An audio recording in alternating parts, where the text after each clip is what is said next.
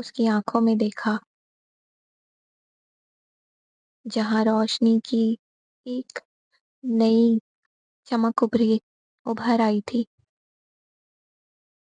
یہ صرف ایک معاہدہ نہ تھا، بلکہ اندلب کے اعتماد، خودداری اور نئی زندگی کی پہلی سیڑھی تھی۔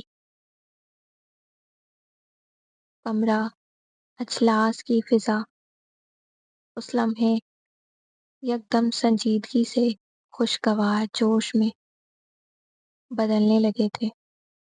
کاغذات کے فولڈر اب کھل چکے تھے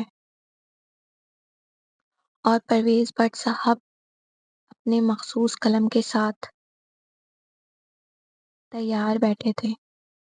اندلب کے چہرے پر ہلکی سی گھبراہٹ اور حیرت کی ملی جلی کیفیت تھی، جیسے وہ اس لمحے پر یقین نہیں کر پا رہی تھی۔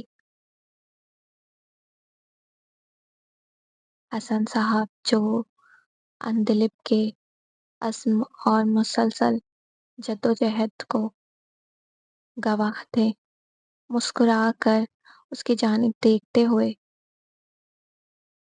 دھیرے سے بولے، بیٹا اب دیر مت کرو، وقت آ گیا ہے کہ تم اپنی قسمت پر دستخط کر دو۔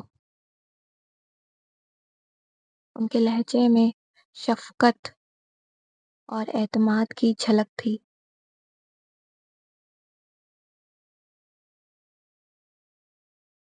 اشر نے بغیر کچھ کہے میز کی دوسری جانب سے کاغذات اندلب کے سامنے رکھے اور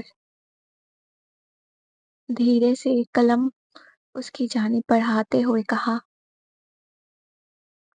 یہ تمہارا پہلا قدم ہے تمہاری منزل کی طرف، اور میں جانتا ہوں تم اس کے لیے مکمل طور پر تیار ہو۔ اندلب نے ایک لمحے کو اشر کی جانب دیکھا کہ آنکھوں میں ہمت بندھانے والا سکون تھا۔ ان دونوں کے درمیان خاموشی کی زبان میں ایک گہری سمجھ بوجھ پنپ چکی تھی۔ دوست، ہمراز اور اب شاید کچھ اور، لیکن الفاظ ابھی خاموش تھے۔ پرویز بٹ صاحب نے پہلے دستخط کیے، پھر اندلب نے لرزتے ہاتھوں سے قلم تھاما، ایک گہری سانس لی اور پھر مضبوطی سے کاغذات پر دستخط ثبت کر دیے۔ جیسے ہی اس نے قلم نے آخری لکیریں مکمل کی، کمرے میں ایک زوردار تالیوں کی آواز گونجی۔ مبارک ہو مس اندلب، پرویز بٹ نے مسکراتے ہوئے کہا۔ اشر بھی خوشی سے اس کی جانب جھکا۔ اب تم صرف خواب دیکھنے والی لڑکی نہیں، بلکہ ایک کاروباری عورت ہو جو اپنے خوابوں کو حقیقت میں ڈھال چکی ہے۔ اشر کی آنکھوں میں چمک تھی اور لبوں پر خاموش شکر گزاری۔ حسن صاحب نے فخر سے سب کو دیکھا اور اشر کی طرف دیکھ کر سر ہلایا، جیسے بے الفاظ کے شکریہ نے سب کچھ کہہ دیا ہو۔ یہ صرف ایک معاہدہ نہیں، ایک نئی شروعات تھی، ایک زندگی جو عزت، خودداری اور اپنے بل بوتے پر کھڑے ہونے کا نام تھی۔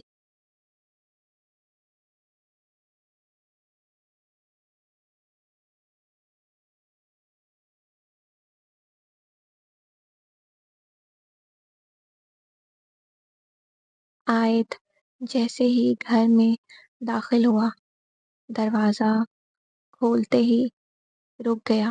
لاؤنج میں بیٹھے چہرے اس کے لیے کسی سرپرائز سے کم نہ تھے۔ مما، بابا، حیرت سے آنکھیں پھیل گئی۔ آواز خود بخود بلند ہو گئی۔ وہ تیزی سے آگے بڑھا۔ خوشی اور حیرت کی ملی جلی کیفیت چہرے پر تھی۔ بن بتائے آ گئے آپ لوگ؟ پھر خود ہی بات کا جواب دیا۔ او ہاں، سرپرائز دینا چاہا ہوگا آپ نے۔ تبھی اس کے والد نے نرمی سے مگر گہرے لہجے میں کہا، جب تم اتنا بڑا سرپرائز دے سکتے ہو تو ہم نے سوچا ایک چھوٹا سا سرپرائز ہم بھی دے دیں۔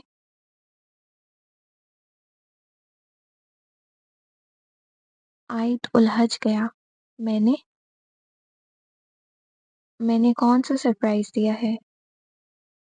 ماں سخت لہجے میں بولی، یہ جو تم عشق و محبت میں لگے ہو وہ سب کچھ ہمیں سننے میں آیا ہے۔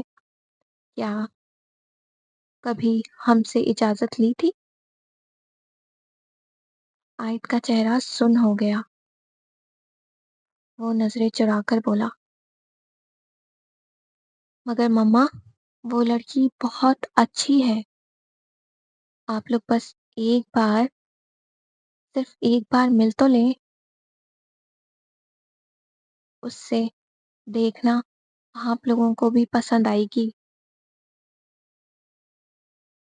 والد نے سختی سے کہا، ہمیں ضرورت نہیں ہے ملنے کی۔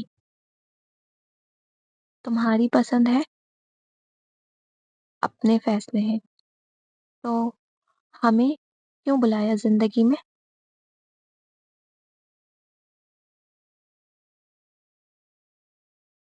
ماں کی آنکھوں میں خفگی تھی، مگر ایک ماں کی فکر بھی چھپی ہوئی تھی۔ ہم نے تمہیں یہاں بزنس سنبھالنے کے لیے بھیجا تھا، یہ سب کرنے کے لیے نہیں۔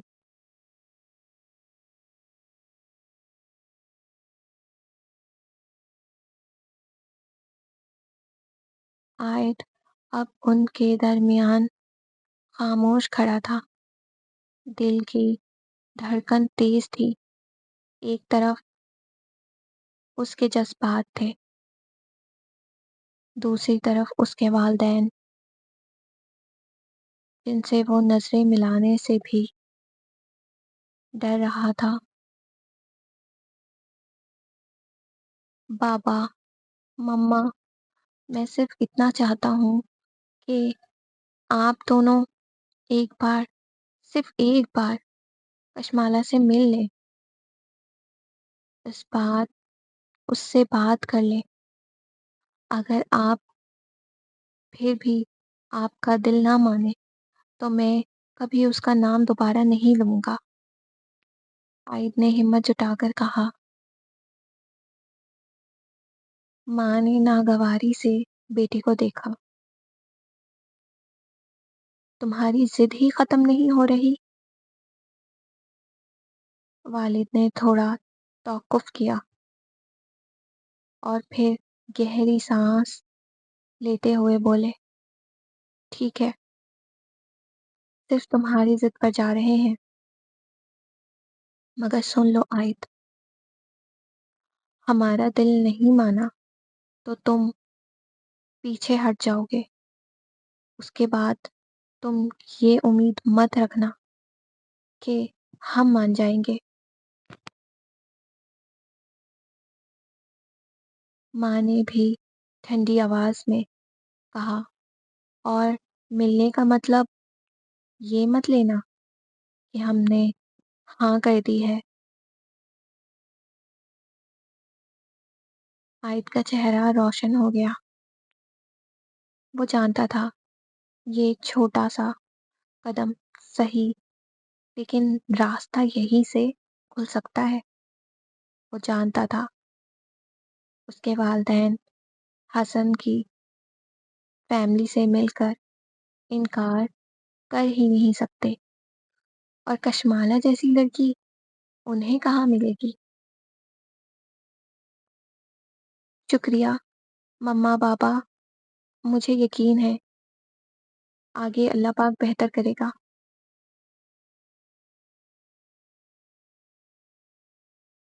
آج کے ایپیسوڈ کا اختتام ہوا، تو آپ لوگوں کو یہ ایپیسوڈ کیسی لگی؟ اپنی رائے کا اظہار کامنٹ سیکشن میں ضرور دیجیے گا، مجھے بتائیے گا۔ ملتے ہیں نئے ایپیسوڈ کے ساتھ، اپنا خیال رکھیے گا۔ اللہ حافظ۔